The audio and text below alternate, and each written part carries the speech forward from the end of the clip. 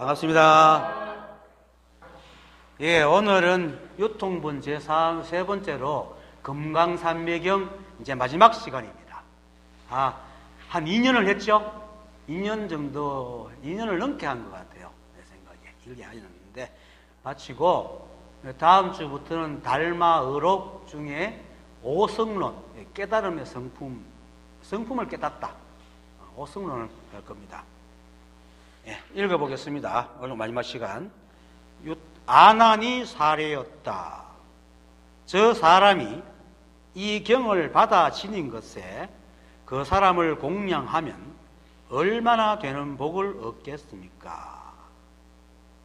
만약 어떤 사람이 성에 가득 찬 금과 은을 가지고 보시할지라도 이 사람이 이 경의 한 4구개를 받아 지니는 것에 대해서 이 사람을 공양하는 것만 못하다.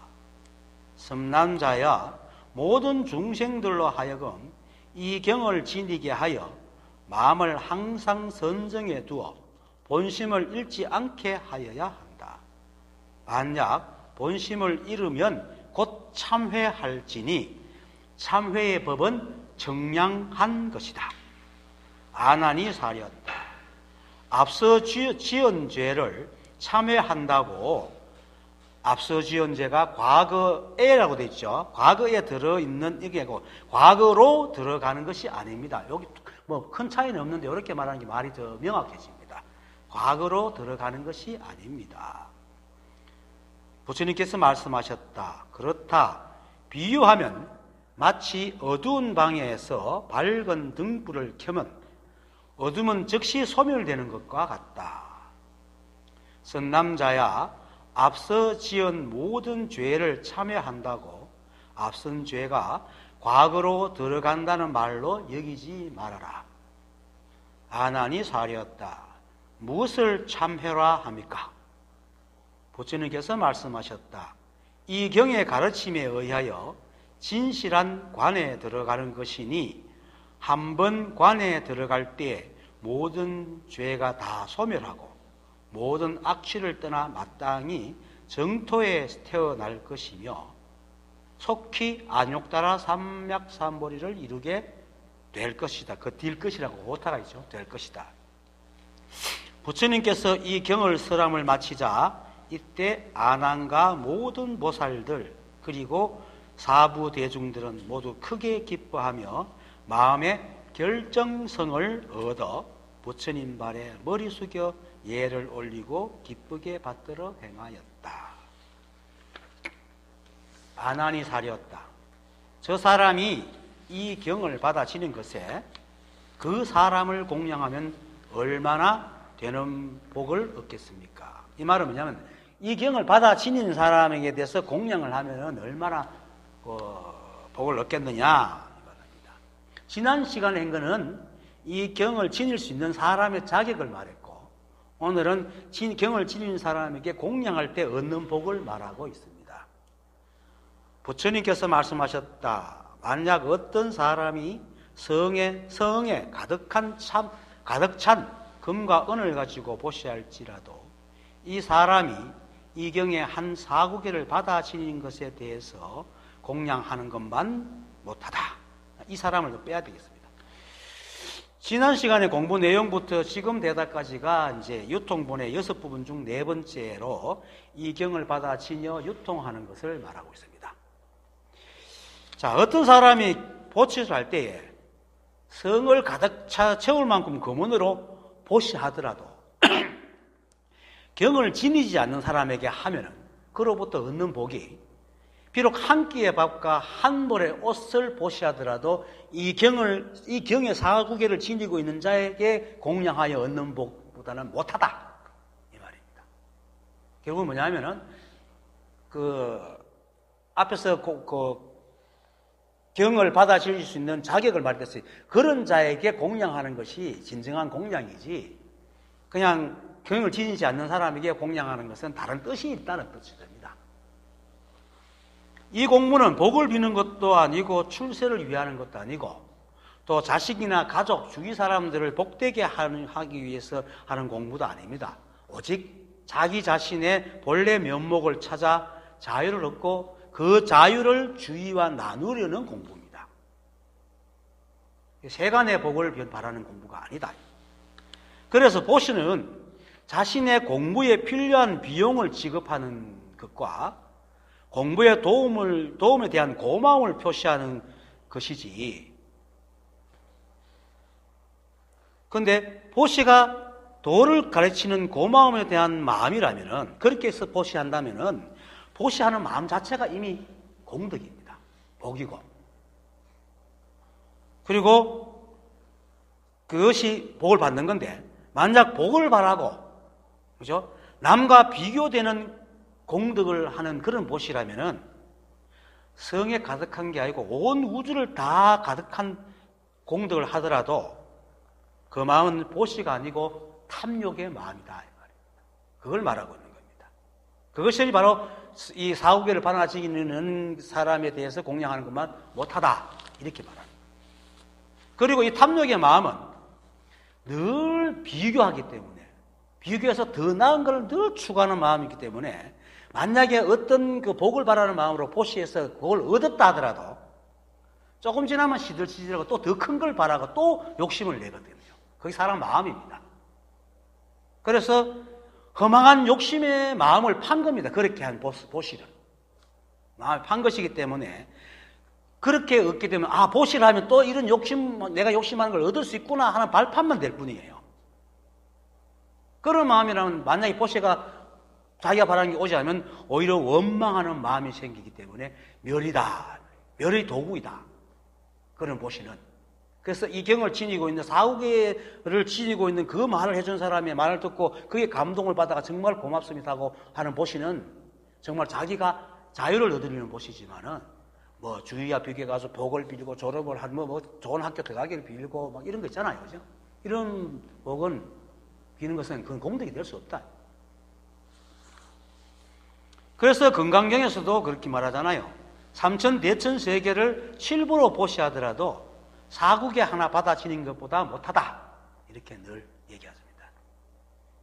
사국에 대한 이 말씀은 서품 제1의 첫 부분에서 이 경을 시작을 알리는 말씀으로 합니다. 거기서 만약 첫 부처님의 말씀입니다. 하여튼 뭐 부처님이 어디에 계실 때 누구와 함께 있을 때 많은 대중이 모였다. 이렇게 하고는 그리고는 이제 부처님께서 운을 뗄 때 첫 말씀이 이 말입니다.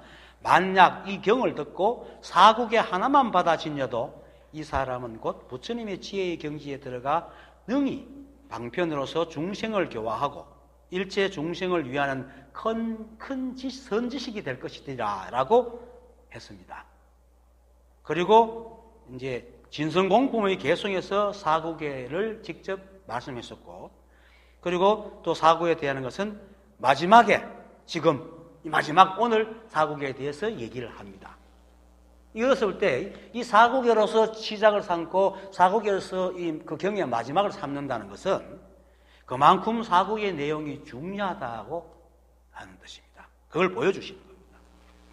사국의 내용은 진성공품 마지막에 안하니 둥근기 중생들에게는 어떤 방편을 써야 진실한 뜻을 알게 되겠느냐 하고 물었을 때 이제 부처님께서 이렇게 말합니다. 저와 같은 둥근기의 중생들로 하여금 하나의 사국계를 받아 지니게 하면 곧 실제 진리에 들어가게 되니 일체 불법이 하나의 사국계 가운데 포함되어 있다라고 하시면서 개성으로 이렇게 말합니다. 인연으로 일어난 뜻은 이 뜻은 멸이요 생이 아니며 모든 생멸을 멸하는 뜻은 이 뜻은 생이요 멸이 아니다 라고 말씀합니다. 요 사국계가 건강산매경의 유일한 사국입니다. 이 사국에서 말하고자 하는 궁극적인 뜻은 드러난 만법끼리 인연을 지어 세상이 변하고 흘러가는 것이 이 세상의 일입니다. 그렇죠? 우리가 서로 인연이 되어 흘러가잖아요. 그렇지만은 그렇게 드러난 만법끼리 인연을 짓는 것은 이 한법의 연기법의 법칙과 작용이 있기 때문에 그렇게 하는 것이지 드러난 만법에 스스로의 어떤 성품이 있고 뜻이 있어서 그렇게 되는 것이 아니라는 말입니다. 그 말을 하고 있는 겁니다. 그래서 만약에 그러한 것을 모르고 드러난 만법에 따라서 시비비하면서 옳고 그름을 따진다면 그거는 멸의 길로 들어간다라는 것입니다. 그래서 이 경을 지니고 공부한 사람이 일체의 모든 것이 다 이 한법의 이름을 알고 드러난 만법의 모양이나 일에 대해서 모든 것이 이 법이 하는 것이야 하고 시비하지 않으면 생의 길로 가는데, 방금 말한 것처럼 드러난 만법이 전다 뜻이 있다고 생각하고 부처님께서도 이것이 있고 저것이 있으니까 하니까 이것 때문에 저것이 생겼지 이런 식으로 드러난 만법의 모양으로 시시비비를 가린다면 이거는 생의 길이 아니고 멸의 길이다라는 것을 지금 말하고 있는 겁니다. 그래서 여기서 생이라는 말은, 생이라는 것은 생멸이 없는 생입니다. 오직 그것, 진리요 부처의 길이라는 것이 생이라는 말이고, 멸이라는 것은 실체를 버리고 생각의 허망함에 빠져서 번뇌와 고통에서 벗어나지 못하는 것을 멸이라고 얘기를 하는 겁니다. 우리는 생멸이 없습니다, 원래. 다만 이제 세속에서 생멸을 할 게 나고 죽음인데, 나고 죽는 것이 아니고, 나고 죽는 건 누구 다 죽죠. 근데 나고 죽지만은 생을 아는 사람은 내가 나고 죽지만은 그런 나고 죽는 존재가 아니고 이 한법이라는 것을 알기 때문에 영원히 살아있는 거고, 이 법을 모르고 시비분별에 들어있는 사람은 자기가 죽고 살면 매여있기 때문에 그런 것들이 죽음이 생기다. 그걸 얘기하고 있는 겁니다. 그래서 사국의 풀이는 사실은 진성공부할 때 했죠. 제가 했는데 오래됐으니까 다시 한번 이제 말씀을 드릴게요. 이제 첫 번째 사국의 내구잖아요. 인연으로 일어난 뜻은 이게 첫 번째 구절이고, 이 뜻은 멸이요 생이 아니며, 요게 이제 두 번째 구인데, 이 두 구절에서 첫 번째 구절인 인연으로 일어나는 뜻이라는 것은 연기법이라는 것이 아닙니다. 이게 아니고 연기법의 인연에 의해서 일어나는 일체만법을 얘기하는 겁니다. 일체만법의 뜻을 말하는 겁니다. 그래서 세상에 드러난 모든 모양과 의미를 얘기하는 것이니까 그것을 말하고, 이 뜻은 멸이 아니요 생이 아니며라는 것은 그렇게 드러난 모양과 일과 의미들은 모두 이 한법의 발현으로 법 그 자체지만은, 앞에서 말했듯이 그것은 이 한법의 인연으로 드러나는 것이지 만법이 스스로 성품의 의지와 뜻을 일으켜서 일어나는 것이 아니다. 그래서 그거를 모르고 만약 드러난 것만 보고 만법의 모양과 일에 마치 무슨 뜻이 있고 실체가 있다고 여기면서 집착해서 시비한다면은 그것은 모두 실체가 없는 허망한 시비와 분별에 떨어지는 거기 때문에 고통의 삶이 시작되는 멸의 길로 들어감으로 생이 아니다, 이렇게 얘기하는 거예요. 무슨 말인지 알겠죠?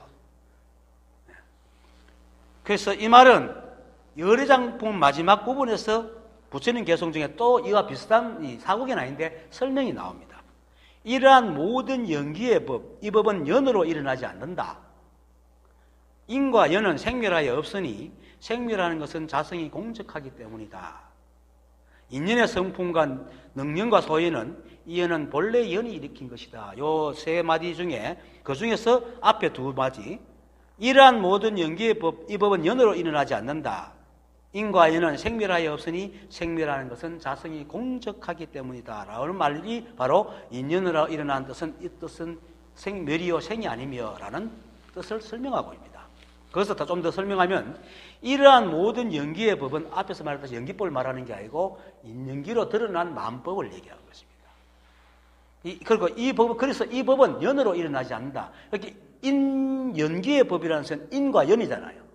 인과 연은 연으로 일어나지 않는다는 것이에요. 그렇게 연이라는 것은 역시 만법을 말하는 겁니다. 세상에 드러난 만법.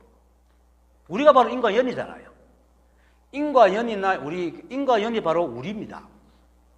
통칭한 겁니다. 주와 객을 통칭한 게 인과 연이라는 말입니다.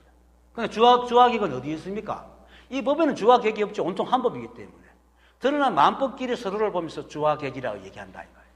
그래서 여기서 말하는 연이라는 것은 이 한법의 연을 말하는 게 아니고 드러난 만법의 연, 상대를 얘기하는 겁니다.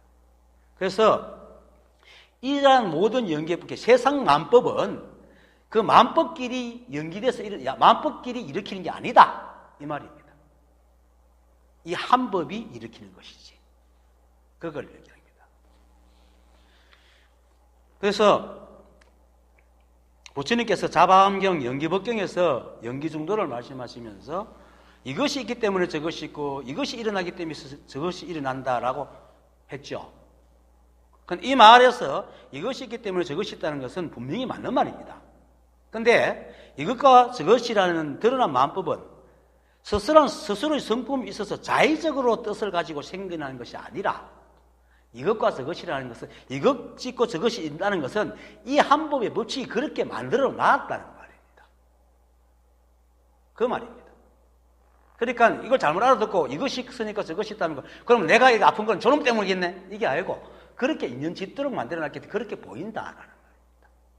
잘 알아야 됩니다. 그래서 이 한 법의 연기법이 드러난 마음법끼리 서로 인연이 돼가지고 그 관계에서 제3의 과가 생기도록 작용하기 때문에 이것이 있기 때문에 저것이 있고 저것이 있기 때문에 이것이 있는 것이지, 이 한 법이 없으면 드러난 마음법끼리 그걸 일으킬 수 생기지도 않을 뿐더러 작용도 없을 거고 서로 인연도 되지도 않을 뿐더러 없어지지도 않을 거다 이 말입니다. 그래서 이 연기법이 있기 때문입니다. 드러난 마음법의 인과 연은 이 한 법의 연기법의 작용인 연기의 소치지 스스로의 성품이 있어 그렇게 움직이는 것이 아니다 이 말입니다. 그리고 이제 만약 드러난 마음법이 드러난 법이 모두 스스로 성품이 있어서 서로에게 제 뜻대로 만약에 변화시킬 수 있다면 과연 이 우주가 이대로 존재할까요? 생각해 보세요.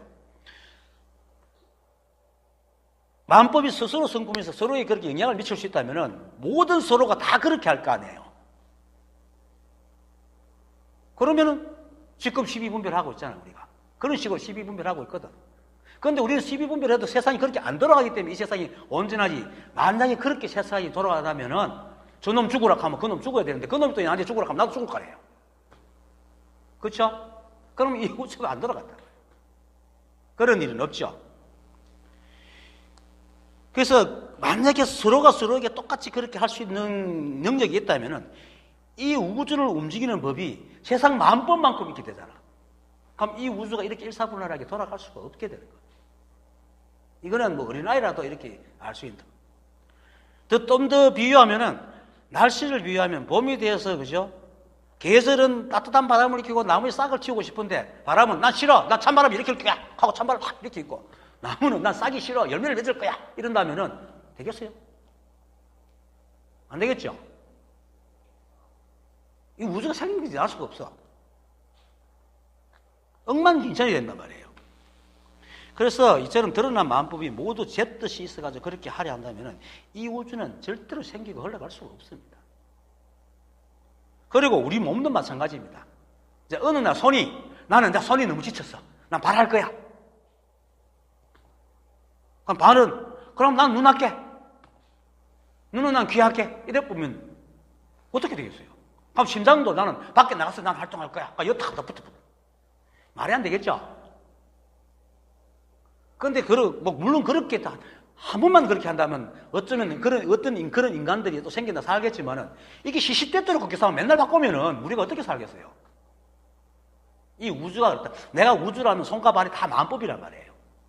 그럼 이 우주도 마찬가지로 그렇게 다 그렇게 알아들어야 돼요. 그래서 이 연기의 법은 드러난 마음법끼리 서로 뜻을 가지고 막 이렇게 가지고 세상이 변하는 게 절대 아니다. 그 말을 하고 있는 거예요. 그래서 그런데 만약에 거기에 기대가지고 내 욕심을 부리고 내 뜻을 집어넣어가지고 세상을 바라고 있다면은 그거는 생이 아니고 멸이다. 이렇게 말하는 거예요. 그 말입니다. 그래서 사국의 인연으로 일어난 뜻은 이 뜻은 멸이요 생이 아니며라는 말은 드러난 인연의 모양을 보고 거기에 뜻이 있다고 따라다니면서 옳다 그렇다 하고 집착하고 시비한다면은 이 법을 깨달아 번뇌에서 벗어나는 그런 생의 길이 아니고 오히려 망상을 지어 번뇌에 빠져들어가는 멸의 길이다 이 말입니다. 그리고 사국의 이제 세 번째 구절과 네 번째 구절인 모든 생멸을 멸하는 뜻은 여기 세 번째죠. 이 뜻은 생이요 멸이 아니다. 요거는 여기서 모든 생멸이라는 말은 앞에서 말했던 인과연은 생멸하여 없으니라고 한 인과연입니다. 그죠? 인과연. 드러난 마음법, 여기 생멸하잖아요. 그래서 실제하지 않는 것과 또 그것을 쫓아서 옳다 그러다 하며 시비하는 망상까지 다 모든 생멸이. 근데 그 다음에 멸하는 뜻이라는 것은, 이게 모든 생멸을 멸한다고 했을 때, 멸하는 뜻이라는 것은 그러한 생멸의 그 법을, 이 진리를 분명히 깨달아. 그런 건 망상이야 라고 그런 시비에서 벗어나는 게 이제 멸하는 뜻이다, 이 말입니다. 이렇게 이제 망상에서 벗어날 수 있는 것은 진성 공부에서 말하는 것처럼 이 세상은 인드라망처럼 얽혀 있기 때문에 아주 복잡한 인연으로 생이 멸이 되고 멸이 생이 되잖아요. 드러난 마법끼리 그렇잖아요. 그렇게 흘러가는 참된 연기법의 분명한 이치를 알기 때문에 이 모든 것들은 이 법이 드러난 마법끼리 하는 게 아니고 이 연기법이 그렇게 하고 있다. 예를 들어가지고 오케스트라가 그 지휘자가 지휘를 하고 연주자들이 연주를 할 때 다 저대로 하는 것이지만 작곡가가 그렇게 하도록 줬기 때문에 그렇게 연주를 하거든요. 근데 만약에 그걸 안 보고 지 맘대로 하면 오케스트라가 되겠어요? 안 되는 거지. 그거 같다는 겁니다. 그래서 그걸 알기 때문에 망상에서 벗어날 수가 있는 겁니다.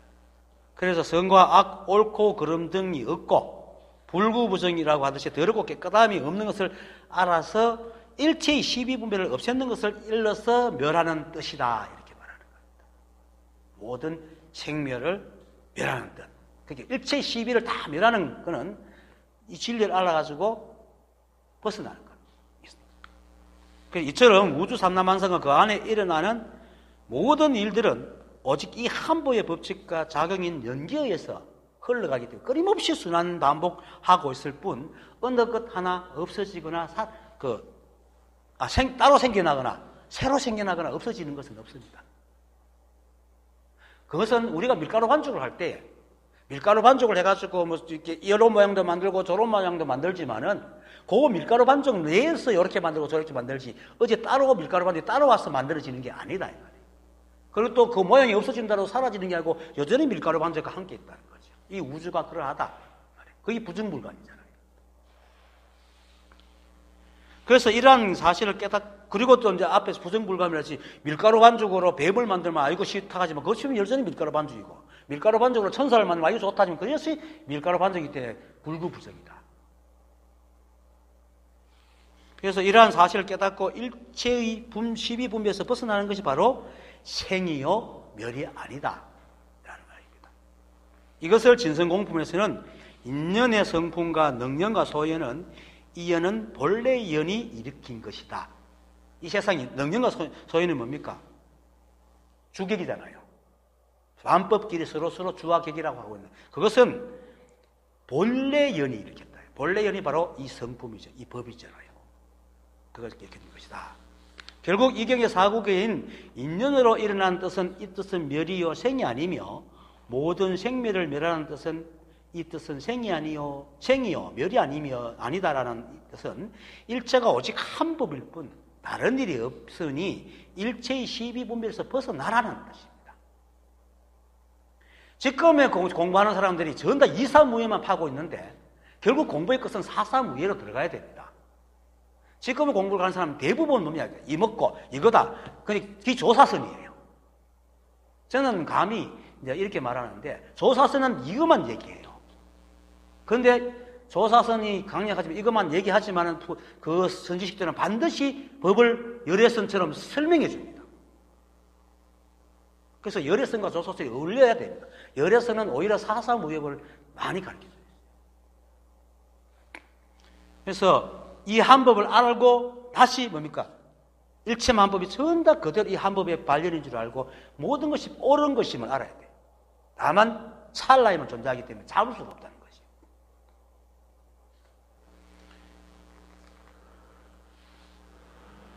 그래서 이 한법의 본성을 깨달으면 이 세상의 일체의 모든 일들이 오직 이 한법의 일일 뿐이라는 것을 알게 되고 그러면은 이제 그동안 자신과 더불어 세상을 사람들이 평생을 살면서 누구나 원하는 게 있잖아요. 행복과 자유와 평화. 그죠? 행복 중에 재물도 들어가고 명예도 들어가고 돈도 들어가고 많이 들어가잖아요. 그리고 자유와 평화. 이라는 것이 모두 드러난 마음법, 그게 자유, 평화, 이게 전 드러난 마음법이잖아요. 우리 식도 생각이니까. 육권 중에 식이 있잖아요. 그러니까 그렇기 때문에 그것도 이제 만법인 거야. 생각으로 지은 만법이지만은 그러한 만법에 스스로 뜻이 있다고 쏘은 거예요. 우리가 생각으로 모양을 만들어놨고 그게 진짜 뜻이 있다고 부여해버린 거야. 그 착각에 속아가지고 그런 것에 대해서 우열을 나누고 좋고 나쁨을 나누고 또 있고 없음을 또 나누고 옳고 그름을 나누고 그러면서 그것을 어떤 하나를 취하는 그런 마음에서 행복과 자유와 평안을 바라는 마음이 생겼다는 것을 깨닫게 되는 거예요. 그리고 또 한 가지 그런 걸 바라지 않더라도 우리는 이미 행복하고 자유롭고 평화스러운 젖과 꿀이 흐르는 땅, 기독교에서 말하죠. 젖과 꿀이 흐르는 땅에 이미 들어와 있다는 사실을 알게 됩니다. 그리고는 자기가 법과 하나가 됐기 때문에 세상 만법도 다 법인을 알기 때문에 자신의 닥치는 어떤 일이든지 전부 다 이 한 법의 일로 받아들이고 인연과 함께 여의하게 살아가는 겁니다. 이게 이제 사구개의 뜻입니다. 그래서 우리가 경전을 공부할 때 이 법이 뭔지를 알기 위해서만 공부하는 게 아닙니다. 이 법이 뭔지 알고 이 법을 알면서 이 세상이 하나구나를 알고 모든 것이 낱낱이 그 법을 알고 어떻게 살아야 되는지까지도 알아야 그게 보임이 끝나는 거고 사사가 무예가 되어서 살아가는 것이지 이것만 알고 옳다 그러고 막 이런 사람들은 아직까지 지는 물론 알겠지만 그 자기가 본 것이 진리니까 지 본 것만 막 고집하고 있기 때문에 남의 것을 부정하게 되고 싸우기만 합니다. 근데 거기서 벗어나서 정말로 일체가 한 법을 알게 되면 여기는 모든 것이 다 법이니까 좋고 나쁨이 없잖아요. 그래서 시비가 잘 절로 떨어집니다. 이게 이제 사사무예법을 깨닫게 될 때 얻는 공덕입니다. 이럴 때 이제 여의하게 살아가게 되는 겁니다. 그래서 모든 사고기가 다 이런 식의 얘기입니다. 그래서 이제 모든 조사들이 조사들과 선지식들이 한결같이 이렇게 말하잖아요. 마조 스님이 말한 것처럼 비유를 할게요. 만약 이 뜻을 안다면 곧 때에 맞춰 옷을 입고 차를 마시고 밥을 먹으며 성인의 태를 단련하여 기르면서 인연 따라 시절을 보내면 될 뿐 따로 무슨 별다른 일이 있겠는가 이렇게 말한다. 그러면서 인연 따라 살아라 이렇게 말하잖아요. 모든 조사들이. 근데 이제 이 말을 하니까 여기서 혹시 또 사람들이 막 이게 노파심인데 마도스님 말 중에 성인의 태를 단련하여 하는 게 딱 있으니까 가라 아무것도 하지 말고 하는 게 아니고 성인의 태를 단련하러 가자라 꼭 이런 사람이 있어요. 그래서 내가 사족을 붙입니다. 마저스님이 성인의 태를 단련하라는 말은 일체가 한 법이어서 만법이 법 아님이 없고 사람으로 태어난 존재 모두가 성인이 아님이 없는데 자신의 한 생각에 속아가지고 시비부를 던져서 중생이 되었을 뿐이니 다시는 그런 착각에서 떨어져 뒹구는 일이 없도록 하라는 말입니다. 그러니까 시비분별에서 벗어나라는 얘기지 성인에 따라서 무슨 성인이 막 되라는 얘기는 절대 아니거든요. 또 이렇게 가르치는 사람이 있으니까 또 이렇게 말을 합니다. 이게 다시는 그러한 일체가 다 법이고 부처인데 뭐가 따로 있다고 생각하고 중생에 대해서 그렇게 떨어져 뒹굴지 말라는 겁니다. 그러기 위해서는 뭡니까? 시비분별 하지 마라. 이런 말이지 거기에 따로 성인이라는 게 있어가지고 말하는 것이 아닌 것을 분명히 알아야 됩니다. 오히려 이렇게 봐라. 성인이 이 태를 단련하라 하잖아. 이렇게 의심하는 사람은요. 기회만 있으면 소인과 중생이 되고 싶어 안달하는 사람입니다. 그렇잖아요. 뭔가 자꾸 바라잖아. 내가 늘 가끔 이런 얘기하죠. 행복을 바라는 사람은 자기한테 행복이 없기 때문입니다. 그렇죠? 행복한 사람은 절대로 행복을 안 바라요. 이미 충만한데 뭘 바라요? 그러니까 부처가 되고 싶은 사람은 스스로 중생이라고 이미 인정하는 거라.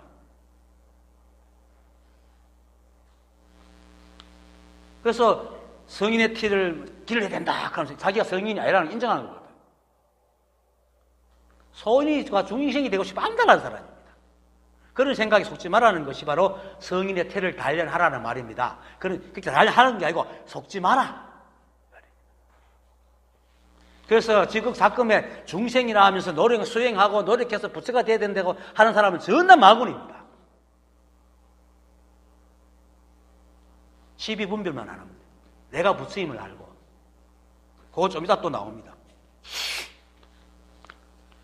그리고 이 경의 사국의 말은 금강경의 사국계와 비교하면 그 뜻이 하나도 다른 것이 없습니다. 뭐 대단한 걸 발견하라 절대는 안 합니다. 사국에도. 보세요. 첫 번째 사국에 범소유상 계시여망 약견 재상 비상 적견 열애. 뭡니까? 무릇 있는 바의 모양은 다, 그 드러난 모양은 다 허망하기 때문에 그 모양이 아니고 이 법이 드러난 모양임을 보면은 열애를 본다. 이렇게 말하는 거잖아요. 모양을 아님을 본다는 건 뭡니까? 드러난 모양으로 집착해서 보는 게 아니고 그것이 이면을 본다는 거거든. 그게 바로 법이죠. 이 세상 마음법이 그렇게 돌아가는 이치를 보라는 말이에요. 그래서 이 경의 사국에처럼 드러난 마음법의 모양을 따라다니면 모두 허망한 일이고 모양이 아니라 이 한법의 연기일 뿐임을 알면 곧 부처를 보는 것이다. 이 말을 하고 있는 거예요. 그리고 두 번째 말은 더 우리한테 인간으로 돌아옵니다. 뭐냐면 불응조 색생심, 불응조 성양, 미촉법 생심, 억무소수 이생이심. 마땅히 드러난 모양에 이끌려 마음을 내지 말고 마땅히 드러난 소리와 냄새와 맛과 감촉과 법에 이끌려 마음을 내지도 말고 마땅히 드러난 마음법의 모양에 머물지 않는 마음을 낼지느라 이렇게 말하더라고요. 집착하지 말라는 거예요. 머문다는 건 뭡니까? 그걸 잡아서 집착하고 옳다 그러다 시비한다는 거잖아요. 왜? 우리가 벌써 진리기 때문에 찾아볼 필요가 없는 거야. 그걸 인정하고 하면 끝나는 거예요. 불성이 따로 있는 게 아니고 여러분들이 바로 그대로 불성이 붙이고 이 마음법이 바로 진리기 때문에 따로 찾아서 그게 뭔가 막 헤비고 보려고 해서 볼 수가 없어요. 성품이 어디 있다고 본단 말입니까? 이렇게 우리가 우주가 일사불란하게 이렇게 움직이고 살아간다는 게. 제가 얼마 전에 며칠 전에 이제 그 다큐멘터리 같은 데 보니까 바퀴벌레가 있어요. 바퀴벌레도 여러 종이 있죠. 개미도 여러 종이 있고 벌도 여러 종이 있듯이 우리 집에 기생하는 바퀴벌레가 아니고 이건 숲에 사는 바퀴벌레예요. 깨끗해요. 근데 쓰러진 고목나무에 들어가서 그 죽은 나무를 이렇게 파먹으면서 살아요. 그런데 거기서 그 죽은 나무를 파먹고는 거기서 오는 셀룰로이드를 소화시켜서 자기 갑옷을 만들어요. 왜 곤충들은 갑옷을 갖고 있잖아요. 보세요. 곤충이 그렇게 셀룰로이드를 녹여가지고 막 갑옷을 만드는 것은 곤충이 그렇게 스스로 많은 걸 우리가 만들까요? 어떻게 또 나무와 곤충의 껍데기가 같이 될 수가 있겠어요? 이게 어떤 무엇이 없으면 그렇게 될 수가 없어요. 무엇이 그렇게 만든단 말이에요. 그게 바로 이 불성입니다. 그런데 이거 볼 수 있습니까? 우리가 이게 물건을 놓으면 떨어지죠. 이게 만류인력이잖아요. 그런데 우리 만류인력을 눈으로 볼 수 있습니까? 떨어지는 것을 봐야 보고 만류인력임을 알잖아요. 그 힘은 우리가 알 수가 없습니다. 볼 수가 없어요. 그처럼 우리 불성을 우리 눈으로 볼 수가 없어요. 이 세상 살아가는 걸 깊이 관하면 세상이 다 하나로 돌아가는구나. 그것이 바로 부처님이 새벽별을 보고 탁 깨달은 거잖아요. 연기중도. 근데 연기중도가 보입니까? 그건 안 보입니다. 하지만 이 세상이 돌아가는 것을 보고 연기중도를 깨닫는단 말입니다. 그러면 내가 숨쉬고 자고 움직이는 것이 다 살아간다는 이 법이 있기 때문에 하잖아요. 이것을 통해서 내가 부처구나 라고 알아야 되지. 그걸 꼭 헤매 파가 보려고 하면 이건 망상을 짓는 겁니다. 그런데 지금 그렇게 보려고 하는 사람이 거의 대부분이죠. 그렇게 보는 건 아닙니다. 아무것도 없구나. 내가 그렇게 찾고 했던 그런 것은 아무것도 없구나. 이것이 다구나 라고 알 때 비로소 깨닫는 겁니다. 그게 바로 본래 그러함이고. 그래서 이것이잖아요. 그렇기 때문에 지금 우리 눈앞에 되는 게 허망한 망상을 짓지 마라 이 말입니다. 허망한 망상을 짓지 마라. 그것이 속지 않는, 그것이 바로 성인의 태를 기르는 것이고 그것이 속지 않는 거고 그것이 부처로 살아가는 길이다라고만 가르치는 겁니다. 보세요. 우리 학교 가면은 그걸 가르칠 때 사람이 살아갈 수 있는 법을 가르치지 네가 사람임을 가르치지 않잖아요. 초등학교 들어가가지고 너는 이렇기 때문에 사람이고 이렇기 때문에 뭐 어떻고 이렇게 안 가르치잖아요. 자연히 세상 살아가는 법을 가르치지. 그와 똑같은 겁니다. 사국에도 우리가 세상을 살아가는 법을 가르치는 겁니다. 왜? 우리는 이미 부처기 때문에. 따로 부처가 될 필요가 없다 이 말이에요. 그래서 거꾸로 가는 길만 가지 마라 라는 게 바로 그겁니다. 그러고 세 번째 사국에도 역시 마찬가지입니다. 야기 색견화 의염성구와 시인 행사도 불능견열에 만약 나를 모양으로 보려고 하거나 소리나 음성으로 나를 구하려 한다면은 이러한 사람은 삿된 도를 행하는 사람으로 결코 열애를 볼 수 없으리라. 사람의 생각을 막는 거지 뭘 하라고 시키지 않습니다. 마치 이거는 하라고 하는 거지만 사람이 하고 있는 걸 하지 말라고 하고 있는 거잖아요, 지금. 그리고 마지막 사후계는 이러한 모양을 따라다니는 생각을 일러 유의법이라고 하면서 일체 유의법, 여몽환포영, 여로 영여전, 응작, 여시관 모든 유의법은 꿈과 같고 환과 같고 물거품 같고 그림자 같고 이슬 같고 번개 같다고 하잖아요. 하든 가치도 없다고 얘기를 하잖아요. 그래서 마땅히 이렇게 봐야 된다. 이렇게 말합니다. 사후계라는 그런 겁니다. 어떤 법이 이런 것이다라는 것은 이미 경제에서 수없이 말하고 있고 진짜는 필요한 것은 우리가 어떻게 살아갈 것인가가 중요하기 때문에 이미 자신이 부처님을 깨닫고 허망한 번뇌로 살아가 고통 속에 빠지지 말아라. 그래서 지금 건강삼매경의 사후계와 건강경의 사후계가 조금 더 다름이 없는 겁니다. 그리고 사후계는 지금 이 경에서도 처음에서 말하고 마지막에 말했듯이 중요시하는 것처럼 사후계는 경전의 핵심을 말하고 있는 것입니다. 그러니까 사후계를 지니고 있는 사람에게 보셔야 한다는 것이 최고라고 얘기하죠. 경전에서는 이 법에 대해서 세세하게 설명하고 나아가서 사람들의 미망에 대해서 말하지만 사후계의 핵심은 결국 이 하나의 법에서 일체가 비롯되었음을 분명하게 깨닫고 드러난 마음법의 모양을 따라 시비를 하며 망상을 짓지 마라. 짓지 않는 것이 바른 깨달음이다 라고 얘기를 하고 있는 겁니다. 그래서 이사만 깨달으면요 싸움을 해요. 시끄럽다고. 그래서 시비분별이 멈춰야 상상이 전다 모든 것이 법이구나 라는 걸 알아야 시비분별이 멈추거든요. 그래서 사사모의까지 깨달아야 이 보임이 끝나는 겁니다. 그런데 처음 이걸 깨닫고 나면 뭐 얼마나 좋아요. 그 자기가 깨달은 건 다 옳다고 막 방방 뛰는 사람이 있습니다. 그거는 자기 스스로 자기 깨달음에 밟혀 죽는 꼴이 됩니다. 알매 부처를 죽이는 겁니다. 그런 짓을 하지 말아요. 그래서 다시 말하지만 일체망법이 오직 이 한 법일 뿐이라는 이사무의 법을 깨닫고 나아가서 보임을 통해 일체망법이 스스로의 성품이 없지만은 모두 이 한 법의 뜻과 성품으로 나와서 이 한 법의 뜻과 성품을 똑같이 가지고 있는 평등한 법이고 법 자체라는 그 사사무예를 깨달아야 됩니다. 그리고 넌 드러난 사물의 모양에 집착하지 않고 마음을 항상 선정해 두어 본심을 잃지 않게 하여야 한다. 만약 본심을 잃으면 곧 참회할지니 참회의 법은 정량한 것이다. 맑고 시원하다. 본심은 일심으로 불성을 말하는 겁니다. 그리고 본래 그러함, 이 한 법의 본래 그러함을 얘기하는 겁니다. 이것은 이경 내내 얘기했죠. 내내 얘기했고 앞에서도 사구계를 통해서 일체만법이 모두 이 한 법인 것처럼 사람에 또 태어난 존재들도 모두 부처라는 것도 이제 말한 것도 다 일체 만법과 사람이 모두 이 본심을 갖고 있다는 것을 말하는 겁니다. 그리고 선정은 내가 저번에 해인삼매를 얘기했듯이 만법이 본래 그러하기 때문에 세상의 모든 일을 대하고 모든 일을 행하되 마음의 시비를 일으키지 않고 있는 고요하게 보는 것을 말하는 거예요. 그러면 당연히 내가 생각으로 지은 모양의 그 대상이 가로막히지 않고 있는 것으로 볼 수 있는 눈이 트인다는 거예요. 그게 선정입니다. 그냥 마음만 고요히 앉아 있는 게 절대 아닙니다. 걸어 앉아 말 거라고 평생 걸어 앉아 무슨 도움이 되겠어요, 인생에. 살면서도 모든 일을 다 대하면서도 본래 그러함을 알고 일체 시비하지 않고 마음이 고요한 게 선정이지. 방에 들어가가지고 그럼 평생을 그렇게 살지. 밥도 먹지 말고. 그거를 선정이라고 부처님께서 절대로 가르치지 않았을 겁니다.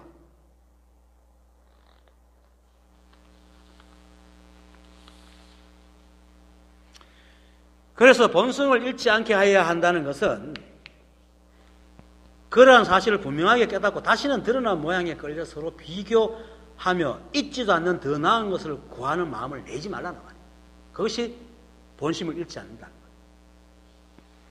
아니, 다른 것만 아니라 자신의 존재에 대해서도 아예 뭔가 구할 생각조차 하지 말아요. 왜? 부처니까. 의심도 하지 마라.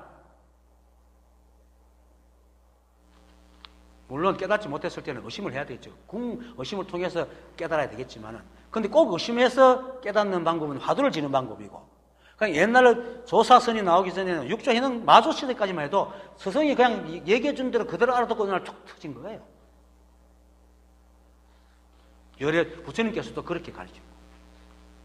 어느 날 조사선이 양음 제안에, 앙산 해석에서 나오면서 지금은 조사선이 최고라고 얘기하는데 이 법을 질러 들어가는 데는 조사선이 좋을지 몰라요. 말이 필요 없기 때문에. 하지만 그것으로 머물면 자기만 본 것만 옳다고 고집하기 때문에 굉장히 큰 잘못을 저지르게 됩니다. 그래서 그와 관계되는 지식과 세상 만법에 대한 것을 알아야 돼요. 바른 눈으로 보는 지식들. 그게 사사무예를 깨닫는 겁니다. 그래서 물론 구할 생각조차 하지 말라는 것은 세상 살아가면서 필요한 걸 구하지 말라는 건 아닙니다. 깨달아도 세상을 살아가면서 인연된 일을 하기 위한 방편을 구해야 됩니다. 그걸 먹어야지. 그러니까 그냥 선생이 다 앉아가 있지 말고 돌아다니면서 일을 해야 되는 겁니다. 그래서 배고프면 밥 먹고, 잠오면 자고, 일 있으면 일하고, 일도 아침에 일 나가는 사람은 아침에 일 나가고, 저녁에 일 나가는 사람은 저녁에 일 나가고, 농사꾼 농사 일하고, 정치인은 정치를 하고, 이거죠. 그 인연에 따라서. 그러고 피곤하면 쉬는 것. 그리고 또 세상의 것은 인연에 따라 변하기 때문에 자기의 삶에 필요한 것들이 이제 모아놨는데 그 시간이 좀 낡아지잖아요. 그럼 새로운 것도 바꿔야지. 또. 그런 일도 해야 됩니다.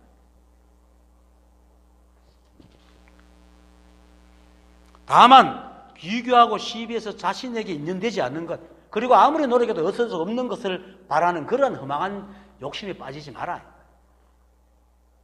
그리고 또 지금이 없지만은 지가 노력하면 얻을 수 있는, 아니 노력해서 얻을 것이면 얻어라. 노력하란 말이지. 그래도 얻을 수 있으면 감사히 받아들이고 안 되면은 그래 내 인연가 없다 하고 툭툭 털어야 되지. 안 되네 하고 하지 말라는 거야. 마치 여우가 그 포도를 보고는 막 먹고 싶어 침을 질질 흘리면서 아무 노력해도 안 되니까 에이씨 그 포도는 쉬었을 때 하고 이렇게 시비분비라고 원망하고 가지 말아요. 그 마음이 편하겠어요? 안 편합니다. 그 다음 만약 본심을 잃으면 곧 참회할지니 참회의 법은 정량한 것이다. 이제 세속에서 참회라고 하면 그죠? 사람들은 과거의 행위를 뉘우치고 자신을 막 정죄가 쥐어뜯고 막 그 죄라는 생각이 없어질 때까지 막 멍멍 우는 걸 말하잖아요. 그죠? 그래서 제가 그 참에 빠져가 4개월 동안 울면서 몇 번이나 죽으려고 했고 온갖 바닥까지 내려갔죠. 결국은 다 생각이 짓고 있음을 알고 탁 떨어져 버렸지만 말입니다. 세속에서의 참회는 과거를 뉘우치고 앞으로는 그러한 일을 하지 않는 것이지만은 이 법에서의 참회는 그게 아닙니다. 지금까지 해오던 잘못된 생각을 돌이켜서 거꾸로 가는 겁니다. 그래서 회개입니다. 세속에서의 회개는 뉘우칠 해자에 고칠 개지만은 이 법에서의 회개라는 것은 되돌릴 해자 고칠 개입니다. 이 무슨 말이냐면은 세속에서는 죄는 세속에서 좋은 것은 뭡니까? 좋고 나쁨을 관리가 좋은 걸 취하는 거잖아요. 그리고 옳고 그름을 시비하고 옳은 것을 해야 되고 늘 시비 속에서 뭔가 좋은 것을 바라는 것이 세속에 옳은 거거든. 이렇게 우리가 살아왔기 때문에 잘못을 저지른단 말이다. 그러니까 이런 짓을 하지 말고 돌이켜서 고쳐서 시비분별을 하지 말고 좋은 걸 찾지 말고 이렇게 하라. 이게 회개라는 말이에요. 법에서 말하는. 뉘우치는 게 아니고 잘못된 생각을 바꾼다 이 말입니다. 이게 진정한 회개입니다. 이게 진정한 참회고. 그리고 과거시 물러가득인데 뭘 지난 날을 끙끙 앓는다 거기 돌아서겠어요? 안 돌아서지. 그리고 지나가고 없는데 어떻게 지나가고 없는 걸 어떻게 자꾸 할 수 있죠? 그 생각이 놀아있지. 그래서 깨달은 사람들은 이 모든 것이 생각이 짓는 것임을 알고 그 잘못된 그 과거 신부에 막 맹해가지고 끙끙하는 게 잘못된 것을 아는 순간 다시는 그런 짓을 안 합니다. 실수도 그런 짓을 그 순간 딱 끝나고 다시 돌아갈 수도 없었어요. 안 돼요, 이게. 그렇게 울고 불고 했던 그 속으로 들어갈 때도 들어갈 수가 없었어요. 생각이 든다 하는 찰나가 탁 끝나고는. 그리고는 한 1년 정도 조용해졌죠. 어쨌든 간에. 그래서 땅을 치고 통과하고 뉘우칠 필요가 없습니다. 진정한 참여는. 중요한 것은 과거의 길을 답습하지 않는 겁니다. 그래서 그러려면 그 원인인 시비하는 버릇을 고쳐야 돼요. 생각을 바꿔야 된다. 그 생각을 바꾸어 돌리는 것을 되돌릴 회자, 고칠 개자라. 물론 제가 하는 일은 우리가 사회적인 동물에서 서로 인연이 돼서 살아가기 때문에 과거의 일이 남에게 피해를 준 것이면 마땅히 그 돌아오는 과를 받아야 됩니다. 그것도 인연이기 때문에. 하지만 이제 그렇게 깨닫게 되면은 그 과가 주는 것에 어떤 뜻이나 감정을 두지 않습니다. 그냥 받아들입니다. 그러니까 부처님께서도 누가 와서 막 욕하고 등을 때리도 아무 말도 안 했잖아요. 그 인연이 그러하다는 것을 알기 때문에. 예수도 본시오 빌라도가 그렇게 막 처형받을 때 그렇게 채찍으로 때리고 해도 그냥 그대로 받고 갔거든요. 막 반항하고 내가 잘못한 게 없는데 하고 이러지 않았다. 오히려 그들을 용서하라고 했죠. 저들은 아무것도 모르고 저러고 있습니다. 이처럼 깨달은 자의 회개는 과거에 매달려 울고불고 가슴을 치는 그런 참회가 아니고 지금까지 해오던 생각과 행위를 되돌려 고쳐서 앞으로는 다시는 그러한 망상과 잘못에 빠지지 않는 것이 참회입니다. 세속에서 말하는 바른 행위는 옳고 그름이 분명하고 좋고 나쁨을 바르게 시비해서 그런 것과 나쁜 것은 버리고 옳은과 좋은 것을 선택하는 것이지만은 이 법의 바른 행위는 일체의 옳고 그름, 좋고 나쁨, 사랑과 미움과 있고 없음 등을 시비 분별해가지고 서로 싸우고 찢고 하며 법리에 들어가는 것을 하지 않는 것입니다. 세상이 어떻게 내 마음대로 되겠어요? 그리고 사실 세속에서 일어나는 대부분의 죄의 대부분은요, 옳고 그름, 좋고 나쁨 이런 것에 빠져가지고 자신이 좋은 것은 옳고 상대가 좋은 것은 그런 것이라 하고 서로 싸우고 찢고 뽑고 하면서 남의 걸 뺏고 해치기 때문에 일어나는 겁니다. 시비 분별하기 때문에 일어나는 겁니다. 그래서 그 시비 분별이 가장 극심한 게 뭡니까? 정치와 종교입니다. 내 종교가 옳다, 내 정치가 옳다. 그래서 세상에서 세상을 구하고자 하는 정치와 종교가 가장 살인을 많이 했어요. 전쟁도 가장 많이 일으켰고. 실제로 모든 죄가 거기서 일어난다. 그런데 이 옳고 그름이라는 것이 사람마다 다르고 무리마다 다르고 나라마다 다르기 때문에 아무리 그 사람이 옳다 하더라도 가는 데마다 핍박을 받을 수가 있어요. 그렇겠죠. 죄를 짓게 되죠. 그러니까 예수가 죄를 짓고 죄를 안 지었는데 못 박아 죽었잖아요. 죄인이 됐잖아.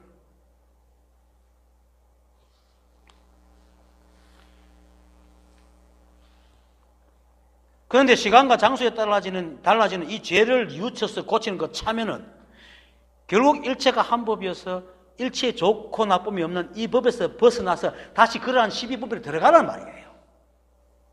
그 말과 같은 겁니다. 그래서 이 경에서 말하는 참여는 뉘우칠 회를 쓰는 회개가 아니고 되돌릴 회자를 쓰는 회개라. 그래서 또한 그 다음 말이 참회의 법은 정량한 것이다 라고 부처님께서 말씀하시는 거예요. 왜? 정량하다는 말은 맑고 시원하다는 말입니다. 그러면 맑고 시원해지려면 세속의 법은 시비분별이기 때문에 그죠? 삿되고 탁한 말입니다. 그 법에 반대되는 거예요. 시비분별하지 않을 때 맑잖아요. 싸움이 안 일어나잖아. 그 말. 그 이유는 이제 다음에서 나옵니다. 아난이 사렸다. 앞서 지은 죄는 참회한다고 앞서 지은 죄가 과거로 들어가는 것이 아닙니다. 이렇게 말해요. 만약에 아난의 말과 다르게 앞서 지은 죄를 참회하면은 그 죄가 과거로 만약 들어간다면은 죄를 참하고 다시는 그런 일을 하지 않겠고 뉘우치면 그 죄는 과거일 뿐 현재에 사라지고 없어져야 됩니다. 그렇죠? 그런데 세속에 그리고 또 세속에 참여는 다 그렇게 합니다. 그런데 아나는 그렇게 얘기 안 합니다. 앞서 지은 죄는 참여한다고 그 죄가 과거로 들어가지 아닙니다. 이렇게 말하거든요. 거꾸로 말하고 있거든요. 이 말이 무슨 말인가 하면은 앞에서 진정한 회개는 내가 돌이켜 고치는 것이라고 했잖아요. 현재 드러난 죄만 뉘우쳐 고치는 게 아니고 그동안 살아온 모든 삶의 근원인 가치관을 반대로 거꾸로 돌려가지고 고쳐야 된다는 얘기잖아요. 그래야 그게 참여라거든. 이 말은 뭐냐면 지금 지어진 형상의 죄를 아무리 뉘우친다고 하더라도 자기 마음속에 있는 12분별의 근원을 고치지 않으면 늘 또 죄를 짓게 되고, 그리고 죄는 안 짓죠. 마음은 늘 죄를 짓고 사는 거예요. 그러니까 어떻게 과거로 돌아갈 수 있겠어? 그건 아무리 뉘우쳐도 그 죄는 현재에 있단 말입니다. 진행형으로. 그 말을 하고 있는 겁니다.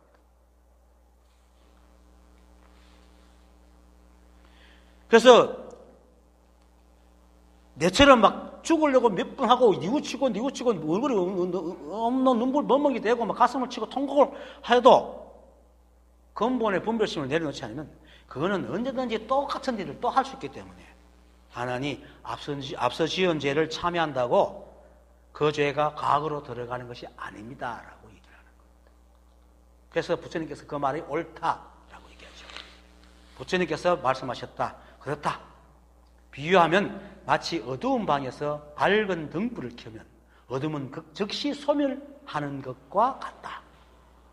선남자야, 앞서 지은 모든 죄를 참여한다고 앞서 지은 죄가 과거로 들어간다는 말로 여기지 마라. 얘기합니다. 어두운 방에 밝은 등불을 켜면 어떻게 됩니까? 그 밝음이 어둠을 하나씩 쪼개내갖고 이렇게 모집해가 없앱니까? 아니죠. 즉시 확 밝아지잖아요. 어둠이란 자체가 없잖아요. 그와 같다. 진정한 참여는 그렇게 해야 된다는 겁니다. 죄의 그 어둠의 근원을 싹 없애버리는 거죠. 그래서 등불을 켜면 방이 즉시 밝아지는 것으로 불을 켜는 즉시 이미 어둠이 사라졌다는 말이에요. 그러니까 아까 그랬죠. 이미 자기가 일체가 한 법이고 12분별이 떨어진 사람은 그 죄를 다시 묻는다 하더라도 마음에는 어떤 무게가 없다는, 밝아졌기 때문에. 그래서 참여의 법이 청량한 겁니다. 그렇게 참여해야지. 이 말은 인간이 짓는 모든 죄는 다 12분별에서 일어나기 때문에 죄를 기억해내어 울고불고 자신을 쥐어뜯으면서 뉘우치는 참여를 한다고 해서 그 12분별이 없어지겠어요? 안 없어지거든. 하지만 한 생각 12분별을 딱 떨어내면은 그 즉시 마음의 어둠이 다 사라져가지고 다시는 죄를 짓지 않게 된다. 이 말이 바로 어두운 방에서 밝은 등불을 켜면 어둠은 즉시 소멸되는 것 같다라는 말입니다. 그런데 우리는 어떻게 합니까? 어둠을 하나씩 끄집어내죠. 그죠? 하나씩 끄집어내고 없애라. 근데 그게 어둠에 씨앗이 끄집어내는데 어떻게 했어요? 안 된다 이 말이에요. 이 말이 바로 앞에서 부처님께서 말씀하신 참회의 법은 청량한 것이다. 참회는 청량해야 됩니다. 즉 참회는 바른 뜻으로 가는 것이지 옳고 그름을 나누고 자신을 쥐어뜯는 삿된 행위로는 되는 것이 아니다. 그러면 자기를 쥐어뜯는 동안 남을 안 쥐어뜯겠어요? 맨날 시비나 한단 말이에요. 물론 과거의 잘못은 인식해야 되고 다시는 그런 짓을 하지 않으려고 다짐도 해야 됩니다. 하지만은 죄의 씨앗인 12분별을 없애지 않으면은 앞에 방금 말했듯이 현재의 죄의 행위를 하지 않는다 하더라도 언제든지 죄를 지을 수 있는 씨앗이 그대로 있기 때문에 그 죄는 과거로 안 들어가고 늘 현재에도 미래 계속 죄를 짓게 되는 진행력으로 남아있다. 이게 어떻게 진정한 참여가 되겠어요? 이게 참여가 안 되는 겁니다. 그래서 참여의 법은 쥐어뜯는 것이 아니라 12분별이 없는 바른 법을 깨닫는 것이라는 말이 바로 참여의 법은 정량한 것이다 라고 부처님께서 말씀하시는 거예요. 이래 돼야 됩니다. 그런데 지금 종교에서는 어떻게 합니까? 뉘우치고 그렇죠? 쥐어뜯고 그리고 12분별의 중심에는 반드시 나라는 아상이 있습니다. 그래서 이 아상에서 벗어나는 것이 진정한 참여고 아상에서 벗어나면 삶은 너무나 가볍고 편하기 때문에 또한 참여의 법은 정량한 것이다 부처님께서 말씀하시는 겁니다. 그러자 아나니 사렴이다. 무엇을 참여라 합니까? 부처님께서 말씀하셨다. 이 경의 가르침에 의하여 진실한 관에 들어가는 것이니 한 번 관에 들어갈 때 모든 죄가 다 소멸하고 모든 악취를 떠나 마땅히 정토에 태어날 것이며 속히 이제 그 자리에서 안욕따라 삼막삼보리를 이룰 것이다. 진실한 관에 들어가는 것은 뭡니까? 일체가 한 법이라는 이사무예법을 분명하게 깨닫고, 그리고 아까도 말했듯이 나아가 일체만법이 각각의 인연의 모양은 다르지만은 모두 다 이 한 법의 연기와 중대의 법으로 존재하는 것으로 어떤 것이라도 찰나라도 존재하면 그거는 그 순간은 다 진실한 법이라는 사사무예의 평등한 눈을 갖추고 그 눈으로 세상을 바라보면서 일체의 분별의 12분에서 벗어난다는 것이 바로 진실한 관입니다. 그래서 이런 관으로 한 번 관에 들어갈 때에 모든 죄가 다 소멸해집니다. 그리고 모든 악취를 떠납니다. 악취는 뭡니까? 욕심으로 막 이리 취하는 거잖아요. 12분별로. 떠나 마땅히 정토에 태어날 것이다. 일체의 모든 죄는 나라나 아상이 만들어낸 12분별이기 때문에 12분별과 그 근원이 사라지면 옳고 그르면 생각 자체가 싹 사라지잖아요. 그러니까 죄가 소멸되죠, 당연히. 소멸되고. 과거 번뇌와 고통을, 번뇌를 다시 일으키지 않으니까 고통에서 벗어나니까 당연히 악취도 떠나고 정토에 태어나게 되는 거예요. 정토가 따로 있는 게 아닙니다. 이 자리가 불을 켜면 바로 여기가 어두운 자리가 바로 정토입니다. 그러니까 바로 안욕도로 삼약삼무리를 이루게 되죠. 그 말입니다. 여기까지가 이제 유통분의 5째 부분이고 그 다음 마지막 남은 거는 유통분의 마지막 6째 부분으로 받들어 행하여 유통하는.